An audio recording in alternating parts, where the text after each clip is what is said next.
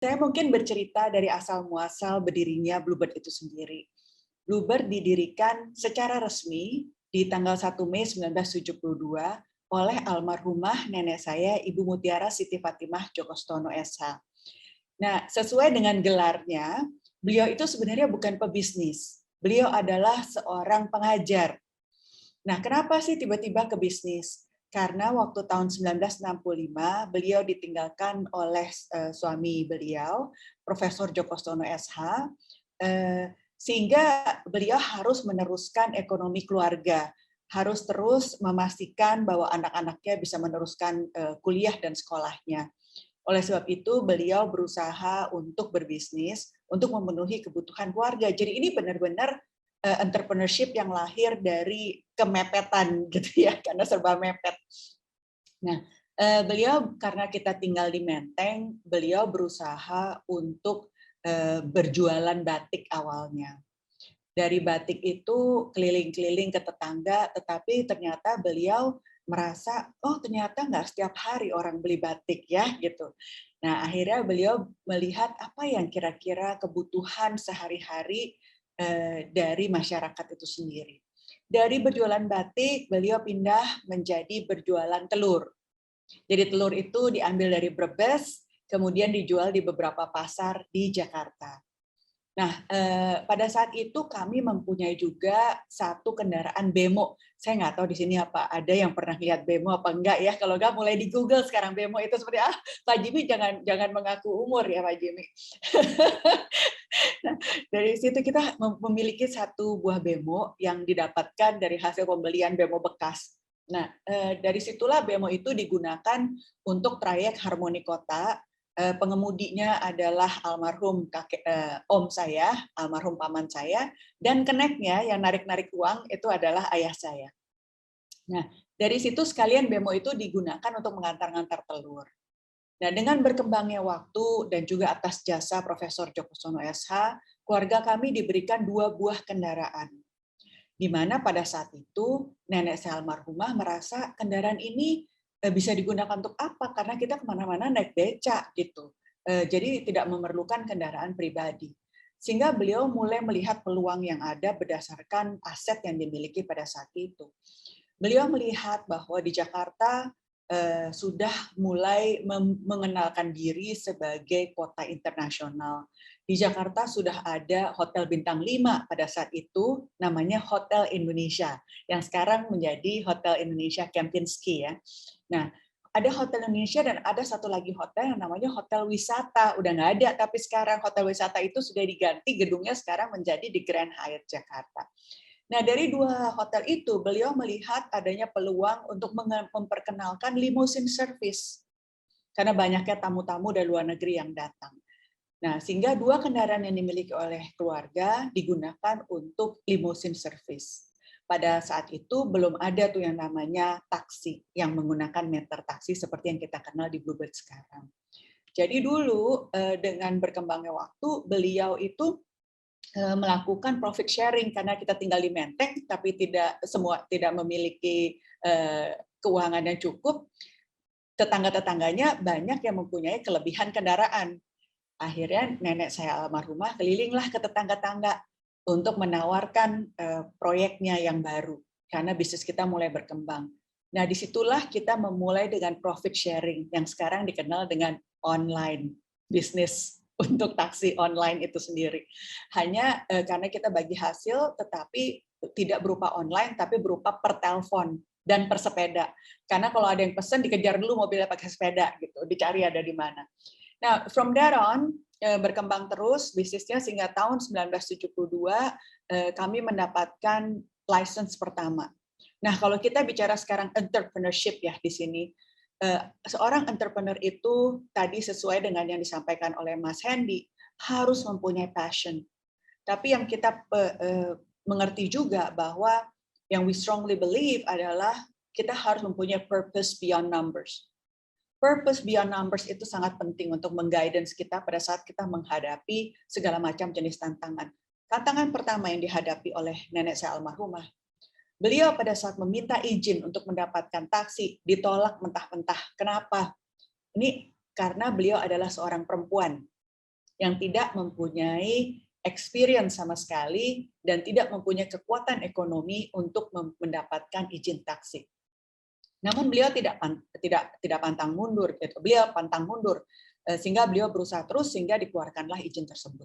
Dari situ Bluebird diberikan izin pertama 100 izin, mulai dengan 25 taksi. Alhamdulillah saat ini kami sudah memiliki dan mengoperasikan lebih dari 25.000 kendaraan dengan lebih dari 50.000 anggota keluarga yang bernaung di dalam Bluebird Group itu sendiri. Nah, tapi perjalanan panjang ini bukan berarti tanpa tantangan. Dan kami dari awal selalu mempunyai value yang sangat mendasar. Dari nama burung biru itu sendiri. Bluebird adalah burung pembawa kebahagiaan. Nah, kebahagiaan itu banyak sekali jenisnya. Tapi yang ingin didapatkan oleh Bluebird sebagai burung pembawa kebahagiaan adalah kebahagiaan untuk bisa memberi. Now, you cannot give if you don't have. Jadi disitulah tujuannya adanya profit. Jadi profit itu bukan sebagai tujuan akhir. Profit itu bisa digunakan sehingga kita bisa memberi dengan lebih banyak lagi. Itu adalah amanah dari nenek saya almarhumah, pendiri dari Bluebird Group sendiri. Nah, kita menghadapi tantangan banyak sekali seperti yang tadi saya sampaikan. Mulai dari di awal berdirinya, nggak ada yang mau minjemin uang pada saat itu. Karena kita nggak punya track record. Saya yakin nanti di antara kita, kalau ada yang mau membuka bisnis baru, pasti itu juga merupakan suatu tantangan tersendiri. Namun pada saat ini, masih lebih banyak alternatif yang bisa kita dapatkan. Mulai dari venture capitalist, banyak sekali angel investor, dan sebagainya yang kita bisa reach out. Namun pada saat itu tidak ada. Itulah adalah tantangan pertama. Kemudian tantangan kedua, bagaimana kita membangun bisnis supaya bisa, tadi Mas Hendy juga sudah menyampaikan product differentiation. Apa yang kita ingin berikan secara lebih, itu penting sekali. Yang ingin diberikan Bluebird adalah layanan transportasi yang kalau sekarang kita sebut sebagai kata andal. Andal artinya reliable, tapi andal sendiri berarti aman, nyaman, mudah, dan personalized. Jadi kita benar-benar fokus kepada layanan yang kita berikan. Kita selalu menyampaikan kita bukan transportasi industri, tapi kita adalah layanan perusahaan layanan transportasi. Oleh sebab itu kita sangat fokus kepada kualitas layanan yang kita berikan. Ya, nanti mungkin kalau ada pertanyaan banyak bisa ditanyakan. Tantangan apa lagi yang kita hadapi ke depannya? Tantangan pada saat kita ingin berkembang. Pada saat kita ingin berkembang, itu sebelum itu tantangan untuk membangun budaya perusahaan. Bluebird sampai sekarang masih dikenal sebagai perusahaan yang sangat tinggi integritasnya. Itu bukan berarti tanpa berdarah-darah waktu di awalnya ya. Jadi sempat suatu waktu ayah saya bercerita kepada saya, kita harus memberhentikan lebih dari 100 pengemudi. Padahal saat itu jumlah pengemudi kita masih hanya 300 gitu. Nah, kita harus memberikan 100 pengemudi, itu kan 1/3 dari workforce. Kenapa? Karena kita mendapatkan ada segerombolan pengemudi yang tidak mau menggunakan argometer. Ya, di mana hal tersebut adalah suatu hal yang sangat mendasar, yang sangat bertentangan dengan value utama kita, yaitu integritas yang tinggi.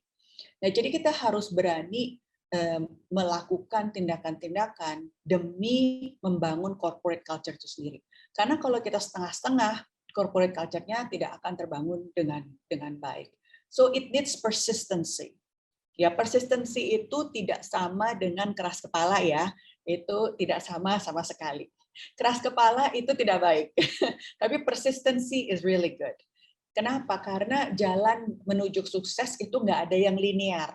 Jalan menuju sukses itu pasti gerijikan di tengah jalan gitu.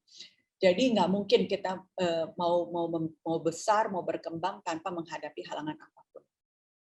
Mungkin tidak diketahui juga pada saat awal sampai sebelum tahun 2016, pada saat Bluebird ingin berkembang ke kota-kota lain, kita selalu menghadapi tantangan yang luar biasa dari lokal sendiri. Kita selalu didemo habis-habisan, dianggap orang Jakarta mau menyerang daerah begitu pada saat itu. Jadi ini sangat penting ya. Nah, apa yang kita lakukan selanjutnya? Kembali lagi, kita kembali kepada purpose beyond the numbers. Purpose kita adalah ingin memberikan layanan yang andal. Oleh sebab itu, kita merangkul transportasi daerah juga supaya kita bersama-sama bisa membangun daerah tersebut melalui memberikan layanan transportasi yang andal itu sendiri. Jadi kita bekerja sama, berkolaborasi, saling mendukung dan sebagainya. Dengan berjalannya waktu 2016 seperti kita ketahui bersama, the Bluebird Bird of Happiness tiba-tiba dianggap, dipersepsikan sebagai the angry bird. Kenapa demikian? Karena kita dianggap sebagai perusahaan konvensional yang sama sekali tidak mau berubah.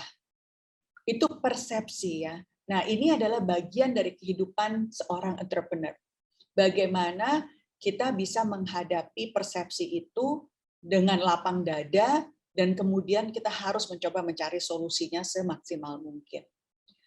Is that the fact? It is not the fact. Kenapa? Karena di 2011 Bluebird tadi saya sudah sampaikan sebagai inovator. 2011 Bluebird mendapatkan awarding sebagai taksi pertama di dunia, bukan taksi pertama di Indonesia. Taksi pertama di dunia yang meluncurkan taksi mobile application app. Nah, kita luncurkan ini di BlackBerry. Sekarang nggak ada yang tahu lagi kali BlackBerry ya. Pak Jimmy jangan ngangkat tangan lagi coba ya. Nah, kenapa di BlackBerry? Karena pada saat itu market yang terbesar di Indonesia adalah pengguna BlackBerry. Jadi pada saat itu benar. Nah, this is about innovation and timing. Kadang-kadang pada saat kita meluncurkan suatu inovasi baru, sementara the infrastructure environment-nya belum ready, timing-nya tuh kurang tepat. Sehingga kita merasa, oh nih customer nih nggak suka ternyata dengan online, dengan app gitu ya.